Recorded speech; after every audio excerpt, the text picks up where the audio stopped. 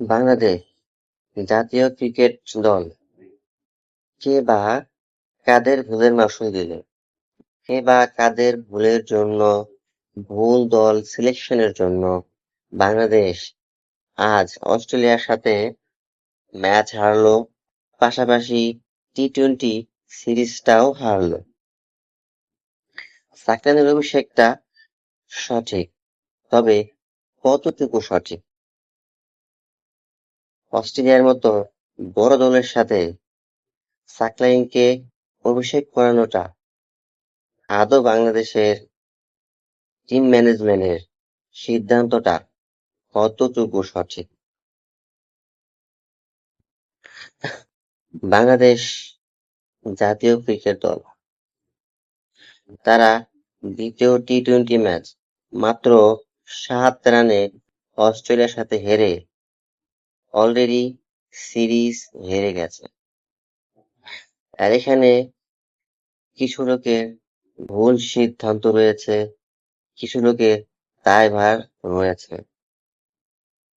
যদিও প্রথম ম্যাচটা হারার পর প্রেস কনফারেন্সে এসে বাংলাদেশের পেস বোলিং কোচ তিনি ম্যাচ হারার দায়ভার নিয়েছিলেন, সকলকে দিয়েছিলেন।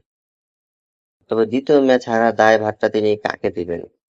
নিজেকে, নাকি অন্য কোচদেরকে, না ক্যাপ্টেনকে, না ক্রিকেটারদেরকে, নাকি টিম ম্যানেজমেন্ট অথবা নির্বাচকদেরকে? নিয়মিত ক্যাপ্টেন লিটন কুমার দাস শেষ ওয়ানডে ম্যাচে চোট পাওয়ার কারণে টি-টোয়েন্টি সিরিজ থেকে তিনি ছিটকে গেছেন। শেষ ম্যাচটিতেও তিনি খেলবেন না।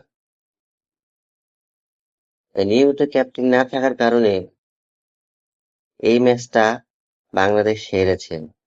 নিয়মিত ক্যাপ্টেন না থাকলে দলে অনেক বড় একটা এফেক্ট করে। বাংলাদেশ এই সিরিজ হারার পর তারই একটা বিশাল বড় প্রমাণ দিলেন। তৌহিদ হৃদয় সবেমাত্র ভাইস ক্যাপ্টেনের দায়িত্ব পেয়েছিলেন। ভাইস ক্যাপ্টেনের দায়িত্ব পেয়েই তিনি ক্যাপ্টেন্সি করলেন, মূল অধিনায়কের দায়িত্বটা পালন করলেন। তবে কতটুকু করতে পেরেছেন? দলকে জেতাতে পেরেছেন? পারেননি। শুধুই কি তার ভুল?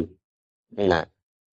বাংলাদেশের ব্যাটসম্যানরা দ্বিতীয় টি-টোয়েন্টি ম্যাচে ব্যাটিংয়ের শুরুটা দুর্দান্ত করলেও ফিনিশিংটা একেবারে ভালো হয়নি।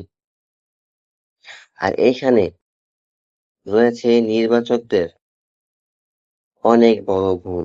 সেটা হচ্ছে ওয়ানডে সিরিজে মোসাদ্দেক হোসেন সৈকত এত ভালো ব্যাটিং করার পরেও, এত দুর্দান্ত ফিনিশিং দেওয়ার পরেও তাকে কেন টি-টোয়েন্টি সিরিজে রাখা হলো না?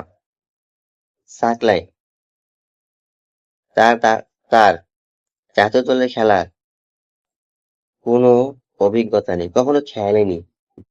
আর এমন একজন ক্রিকেটারকে সরাসরি বড় একটি দলের সাথে অভিষেক করিয়ে দিল, এটা ছিল আরো একটা ভুল। সাকলাইন প্রস্তুত ছিলেন না অস্ট্রেলিয়ার সাথে অভিষেক হওয়া, অস্ট্রেলিয়ার সাথে ক্রিকেট খেলার কোনোভাবেই তিনি প্রস্তুত ছিলেন না। সেটি তার ব্যাটিং অ্যাপ্রোচ কিংবা বোলিং দেখেই বোঝা গেছে। প্রথম ম্যাচটিতে তিনি যেমন ছক্কা হাঁকিয়েছেন, তারপরেও তার মুখে, চেহারায় সম্পূর্ণ অপ্রস্তুতি লক্ষ্য করা গেছে। সাকলাইনের জায়গায় মোসাদ্দেক হোসেন সৈকত বেস্ট অপশন ছিল, কারণ ইতিমধ্যে তিনি অস্ট্রেলিয়ার সাথে খেলেছেন, তাদের বল ফেস করেছেন। তাই তাকেই অভিষেক করানোটা খুব বেশি প্রয়োজন ছিল, সেটা করেননি। অবশ্য অভিষেক নয়, তিনি এর আগেও জাতীয় দলে অনেকগুলো টি-টোয়েন্টি ম্যাচ খেলেছেন। তার অনেক বেশি অভিজ্ঞতা রয়েছে, এক্সপিরিয়েন্স রয়েছে। বাংলাদেশ সেটা কাজে লাগায়নি। নির্বাচকরা সাকলাইনকে অস্ট্রেলিয়ার সাথে এই সিরিজটাই রেখে সবচেয়ে বড় ভুল করেছেন। সাকলাইনকে না রেখেই মোসাদ্দেক ছিলেন সবচেয়ে সবচাইতে বেস্ট অপশন। দ্বিতীয় ভুলটা ছিল টিম ম্যানেজমেন্টদের সাকলাইনকে অভিষেক করানো, পাশাপাশি দ্বিতীয় টি-টোয়েন্টি ম্যাচেও তাকে কন্টিনিউ করানো এবং রিশাদ হোসেনকেও কন্টিনিউ করানো। শুধু দ্বিতীয় ম্যাচে রিশাদ এবং সাকলাইনকে ড্রপ দিয়ে নাসুম এবং নাহিদ রানা খেলাতেন, তাহলে বাংলাদেশ আরও একটু শক্তিশালী দল নিয়ে অস্ট্রেলিয়ার সাথে মাঠে নামতে পারতেন। পাশাপাশি সৌম্য সরকারকে ড্রপ দিয়ে যদি মুহিব হাসান সোহানকে রাখা হতো, তাহলে হয়তো বাংলাদেশ আরো ভালো ডমিনেট করতে পারতেন, অস্ট্রেলিয়াকে হারাতে পারতেন। এই সব জায়গায় টিম ম্যানেজমেন্টরা অনেক বড় ভুল করেছেন, আর তাদের এই ভুলের মাসুলটা পুরো বাংলাদেশ দিয়েছেন। পুরো বাংলাদেশের ক্রিকেট ভক্তরা যারা খেলা দেখতে এসেছেন, তারাও এক বুক কষ্ট পেয়ে গেছেন। যাই হোক, সবশেষে বলবো টিম ম্যানেজমেন্ট কিংবা নির্বাচকদের আরো একটু বেশি চিন্তা ভাবনা করতে, আরো একটু বেশি মনোযোগী হতে, দল নির্বাচনের ক্ষেত্রে কিংবা একাদশ নির্বাচনের ক্ষেত্রে। এরকম ভুলভাল সিদ্ধান্ত যদি প্রত্যেকবার নেওয়া হয়, তাহলে প্রত্যেকবারই বাংলাদেশ এভাবে হারবে, বাজেভাবে হারবে। তবে আপনাদের কি মনে হয়, বাংলাদেশ যে হেরেছে, এখানে কাদের সবচেয়ে বেশি ভুল ছিল? টিম ম্যানেজমেন্ট, নির্বাচক, নাকি কোচদেরকে, নাকি ক্যাপ্টেনের?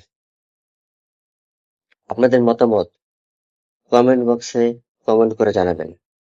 ধন্যবাদ।